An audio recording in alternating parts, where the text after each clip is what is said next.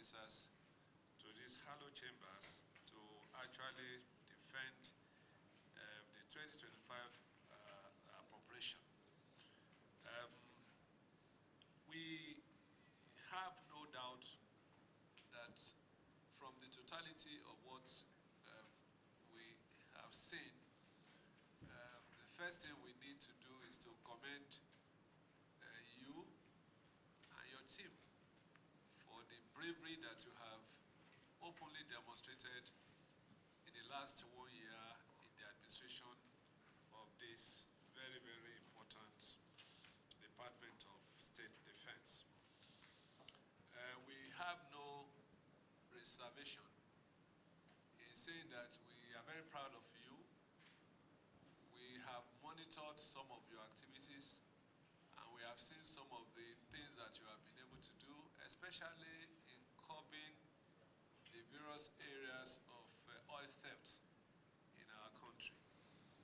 We have seen that under your watch in the last 12 months or so, the output, our oil output have risen tremendously, and we are not unaware that we are very close to the OPEC quota, which hopefully in the next few months we will attain.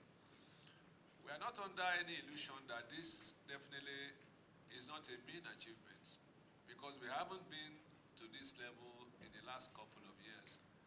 And in commending you, we must seize this opportunity to also thank most sincerely the President and Commander-in-Chief of the Armed Forces of Nigeria, President Bola Ahmed Tinubu, for the amount of interest that he has shown in matters of national security. Without any doubt, we know that the challenges that we're about to face are just unfolding.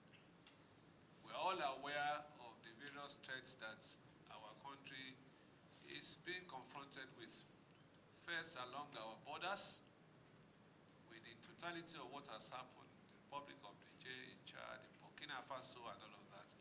Even though these are not areas of special interest for the Navy, because we do not have waters in those areas. The fact of the case is that all the forces have to complement themselves. We also are quite aware of what is going on in the Middle East. That is fast becoming a location toward peace. And we will not wait until something happens before we start preparing ourselves. We are also not aware of some of the works we've been doing, intercepting some of the vessels that are going to various other locations outside the shores of Nigeria. So in all, I think the minimum we can do is to appreciate you in some of the things you've been able to do with your team in the last 1 year at least. Having said that, I also have no doubt in my mind that there is indeed room for improvement. Improvement in virtually all areas of your activities. We are proud of the quality of officers that the Navy has projected the last few years. But that does not mean that we will not continue to place a lot of emphasis on training and retraining for our people. Fact of the case is that, as you are aware, technology is not static. And every now and then, new innovations are coming, and it is important for us to continue to train and retrain our people. And I have no doubt that in terms of the project presentation, you have made provisions for this sort of thing. After your presentation, definitely we'll have a lot of questions for you. There are a few things that we have seen which probably requires attention. All of this we will look into as we progress. This will be a short one. Your presentation will now engender further comments from my members and my humble self. I know that with you today you have the acting Vice Chancellor of Admiralty University, who is here on behalf of the university, but I'm not also unaware that the Admiralty University is a baby of the Navy, which means that they're also here under your overall supervision. In the same way, I welcome the hydrographer of the Federation, Rear Admiral Olubode, who is also here to tell us what they want to do with hydrography as far as this current budget is concerned. I'm aware that this is the first time that these two gentlemen will be coming for this kind of presentation. Be that as it may, it is left to the Chief of Staff, Chief of Naval Staff. If you like them to have a little voice, but if you want to keep them muted, you are the Chief of Naval Staff. So once again, Admiral Emmanuel Ogalla, you are welcome. Please take the floor. First, I want to thank this committee and by extension, the National Assembly, for the seamless support they have provided to the Nigerian Navy in the past 1 year. I must confess that we couldn't have had it better than this in terms of collaboration. I am sure that if you had your way, it would have even been better in terms of funding for the Navy. So for that particular reason, I want to appreciate the committee, and I want to tell you that the Nigerian Navy appreciates you for the cooperation and looking for every way of ensuring that adequate resources is provided for us to do our job. As a way of introduction, we all know that the Nigerian Navy, being an arm of the Armed Forces of Nigeria, is constitutionally charged with the defense of the nation's territorial integrity and sovereignty, particularly from the maritime domain, as stated in the Constitution of the Federal Republic of Nigeria, 1999, as amended. This particular role is what we refer to as our military role, as part of the armed forces. In addition to these roles, the Armed Forces Act also empowers us with several other roles, which we generally refer to as our Coast Guard roles or our policing roles. These are assisting in coordinating enforcement of various laws in the maritime environment, custom duty laws, immigration laws, all kinds of laws that are being enforced on land. The Nigerian Navy is charged by the Armed Forces Act to enforce those laws in the maritime domain. In addition to that, because the military is also charged with provision of aid to civil authority and provision of aid to civil power. And that is why, if you look at our operations and our deployments, we can categorically divide our engagements into three: our military duties, our policing roles, and also our diplomatic roles, which is because every navy in every nation is a diplomatic instrument of state. It's a powerful instrument of diplomacy, because when you fly your flag of your ship in foreign countries, you are a representative, you are the ambassador of that country. So in order to perform these roles,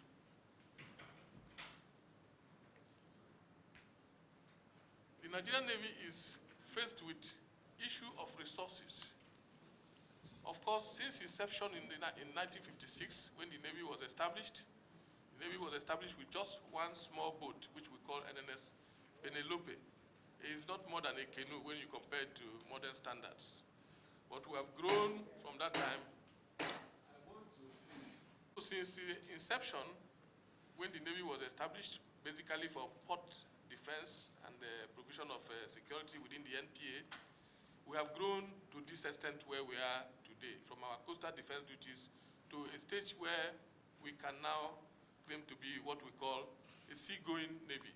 That is to say that we can project power even beyond our immediate shores, covering our exclusive economic zone, up to the entire maritime Gulf of Guinea. And of course, if you look at our area of responsibility, the area where we have interest in terms of provision of maritime security, we are talking about 84,000 square nautical miles of exclusive economic zone. Now that we have already secured the approval of the United Nations for the inclusion of our extended continental shelf, we are talking about 92,000 square nautical miles of extended continental shelf. When you translate this into kilometers for those of us who operate on land, it's about 300,000 square kilometers, which is about 1/3 of Nigeria's landmass. And these are the areas that are filled with vast resources and identified as the key to driving the nation's economy. And these are the areas where the Navy is expected to police and also to protect. Now, over the years, starting from its very rudimentary early start, we have developed a Navy where we have over 50 capital ships. We have more than 100 boats. We have so many other facilities with 4 operational commands and several other infrastructural facilities all across the country. And sustenance of this infrastructure requires adequate funding. And when you look at the current global economic downturn and the fact that resources are limited, you see that that is one of the problems that the Navy is facing. And even within this resource challenge, we have been able to make use of the available resources to the best that we can, to the extent that within the past few years, Nigeria has been delisted from the list of piracy-prone nations. This is due mainly to the effort of the Navy that is the only force that is capable of patrolling up to the 200 nautical miles exclusive economic zone. We've also practically eliminated piracy in our waters. Of course, there are still some incidences of attacks within the creeks, but by the definition of piracy, that does not constitute piracy, because those are the areas where even the police and other agencies also have equal opportunity, equal responsibility to protect. We have also ensured that we increase our operations in terms of scope. For instance, within the last 1 year, we have opened new operational bases in Makurdi, even in Ogun State, 2. In Lagos, we have 2 at FOB Lekki, FOB Epe.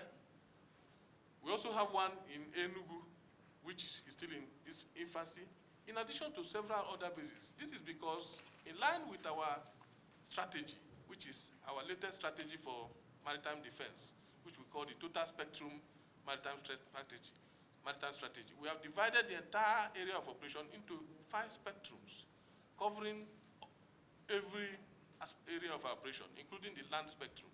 And that is why the Nigerian Navy is also deployed on land alongside other branches of the armed forces in aid to civil authority in what we call the Joint Task Force operation.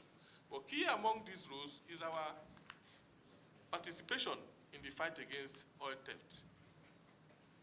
Because the President and Commander-in-Chief of the Armed Forces, President Bola Ahmed Tinubu, immediately he assumed office, he made it a target that we must do all what is required to eliminate the issue of oil theft so that we can reduce leakages and be able to ramp up revenue that will assist this nation to develop and get out of poverty. So within the past 1 year, we had to expand our operations to be able to ensure that we get to that level.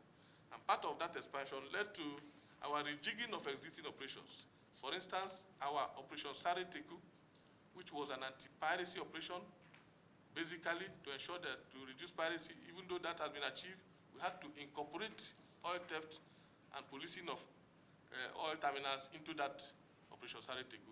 Also, our Operation Dakata Dabarao, which was basically about oil theft, we had to rejig the operation and rename it Operation Delta Sanity. Dakata Dabarao. Yes, Dakata Dabarao. Yes. That's catch the thief. Stop the thief, yes. So we had to rejig the operation. We had to rename it and call it Operation Delta Sanity. The idea is to bring sanity into the Niger Delta. And when we mean sanity in Niger Delta, our intention is to practically reduce oil theft to 0.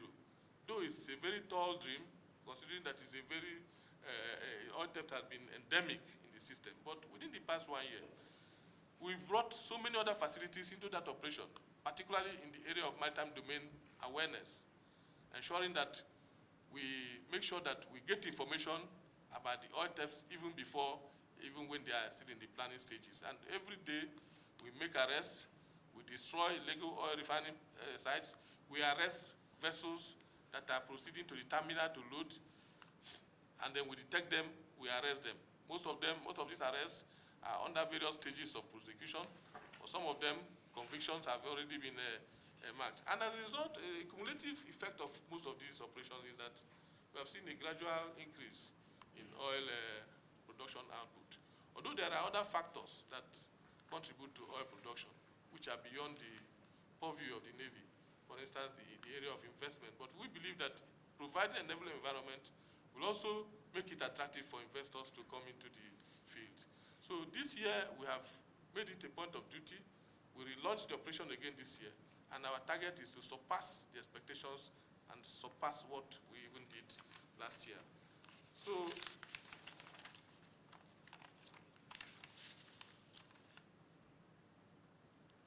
in addition to that, in the last 1 year, because the Nigerian Navy is the dominant navy in the Gulf of Guinea, and we recognize that the maritime environment being a fluid environment where you cannot do it alone. For instance, if we protect our waters, and the maritime area in Togo or Ghana is not protected, the criminals will just stay there, do something and go back there. So we are extending our patrols through what we call our international collaboration efforts, not only with Gulf of Guinea nations, but with other European partners and even the US. So we conducted several exercises like the exercise of Bangame Express, exercise Grand African Nemo, and several other exercises and operations in collaboration with these organizations. We also hosted International Maritime, Gulf of Guinea Heads of Navy Symposium, where we had many deliverables in terms of how to improve overall security within the Gulf of Guinea. Because what we realized in the course of our operation is that when we stop them here, they only go to Gabon, and from there they continue to operate. So these are some of the areas where we have, in terms of fleet renewal, because we recognize that for you to be able to continue to dominate this large, vast environment, we must continue to sustain our fleet. And we must also continue to improve on our fleet capacity. In fact, in reality, we are not even up to 40% of what we expect in terms of fleet renewal, fleet capacity. So, but I thank, through the approval of the National Assembly and also the Mr. President, we have had a lot of input, a lot of additions to our platforms in the past 1 year. The chairman was there when we did our Navy year last week. We launched 3 ships. We launched many helicopters. We're also having about 5 ships that have already arrived, though not big ships, but at least they will help us to be able to perform our duties, which is basically what we need. In the area of infrastructure, we've also made tremendous achievements in terms of opening up bases and accommodation and barracks for our personnel, because we recognize that the personnel is the most important factor of production. And if they are not motivated, no matter how much you spend on the machine, the first time they use it, it will go bad. So we are focusing so much on our personnel and making sure that their welfare is taken. Having said all this, I just want to mention a few of our challenges before I go into the actual details of how we spent the 2024 budget and then before we talk of the 2025 proposal. Our National Assembly as a whole, for bringing to fruition one of our biggest dreams in the past, which is the establishment of the National Hydrographic Agency, which was signed into law by Mr. President, and we have operationalized the agency, and the agency is here today to defend its own budget for the first time. Although they will have opportunity to make 1 or 2 comments, but I want to just put on notice that hydrographic surveying is one of those areas that has been a problem for the nation, because you cannot exploit what you do not know. And of course, hydrographic surveying is the first step into understanding the nature of your maritime environment. And in the past, it was domiciled under the Navy with our mean resources. And we believe that with this agency coming on board, we are going to overcome that issue of not being able to effectively conduct this hydrographic surveying in our waters. It's also key to eliminating the issue of what we call sea blindness, inability of the people to understand the value and the resources in the maritime environment. Also want to thank the Senate for the Admiralty University of Nigeria, which was also, it has been in existence for the past 6 years, but last year an act for the university was established, making it a public university. They are also here today, and they will have opportunity to make 1 or 2 comments. Now,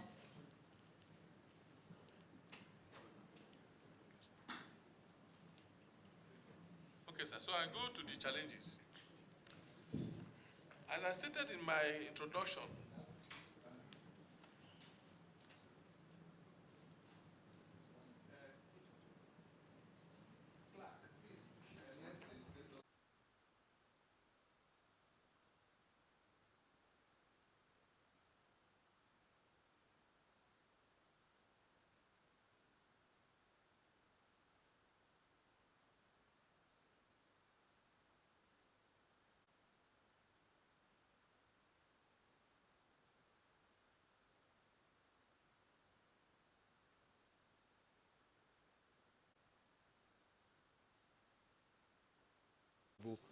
for the support, the extraordinary support is given to our defense agencies.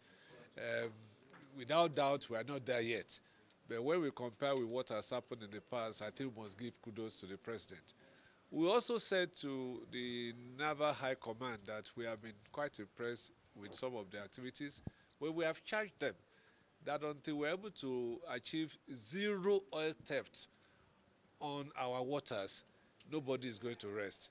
And in return, they have also pledged that they will give a good account of themselves. They will cooperate with other agencies, because once we're able to tackle this oil theft going on in our waters, by the special grace of God, for us as a country, the sky is the limit. That is the summary of what happened here today. So thank you very much. Are you satisfied with the 2024 budget performance of the Navy? I think that is a hypothetical question, to the extent that we have thanked the President for giving us maximum support. The rest is that, of course, like Oliver too, is, well, we want more. Thank you very much. Thank you. It's a welcome development. And you see, they agreed that they'll be coming for an oversight function.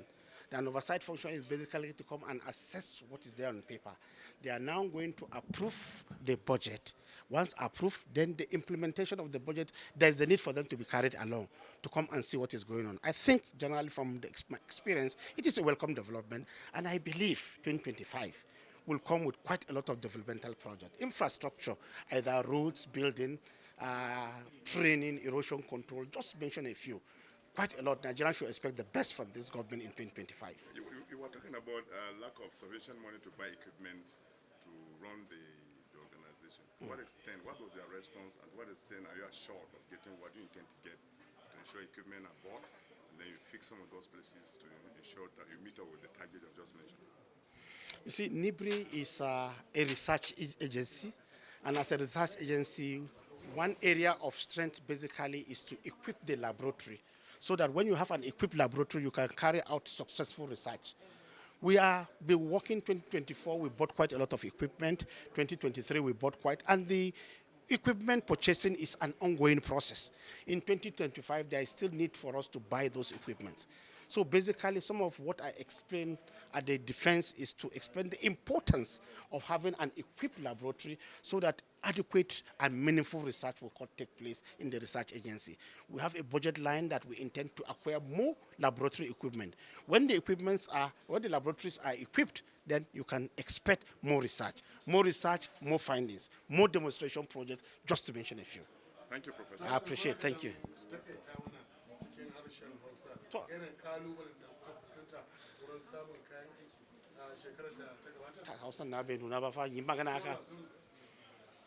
To mu na fannin aiki ne da ya shafe bincike inda ake kiran sunan shi investigation. To a cikin aikin muna kokari mu tabbatar cewa aikin da muke yi aiki ne mai kyau, mun fitar da abubuwa mai kyau a laboratory. Ni bisa ga wurin kwarewan aiki na muna aiki a wurin hanya da kuma gidaje. mukan yi bincike a irin aikin kayan da aka yi amfani da shi a yi hanya da irin su mashin da za ka yi amfani da shi ka yi hanya. To yau mun zo mu yi budget ne, mu yi defense abinda ya kamata mu yi. Mun sa cewa za mu yi siya kaya kaza, za mu siya equipment kaza, za mu siya kayan amfani da mashin kaza. To ba za mu iya siya ba sai National Assembly sun duba. To sun zo sun duba sun tabbatar mana cewa abinda muka yi daidai ne. Kuma idan sun sa mana kuɗi ya kamata su zo su ga ko mun siya wannan kayayyaki ko ba mu siya ba. To part of aikinsu shine su zo abin da ake kira oversight function. Oversight function ina su zo su kalla abin da suka amince a rubuce ko an yi ko ba yi ba. Abu ne mai kyau da daga suna yi, kuma gaskiya ya kamata a tafa musu, sun yi abun a zuwa gani. Kuma idan Allah ya yarda wannan shekara na 2025 za mu yi kokari mu tabbatar cewa mun fitar da ayyuka masu kyau, aikin da ya shafi gidaje, ya shafi hanyoyi, erosion control da laboratory, don yan Najeriya su ji daɗin wannan aiki. Na gode. Thank you very much.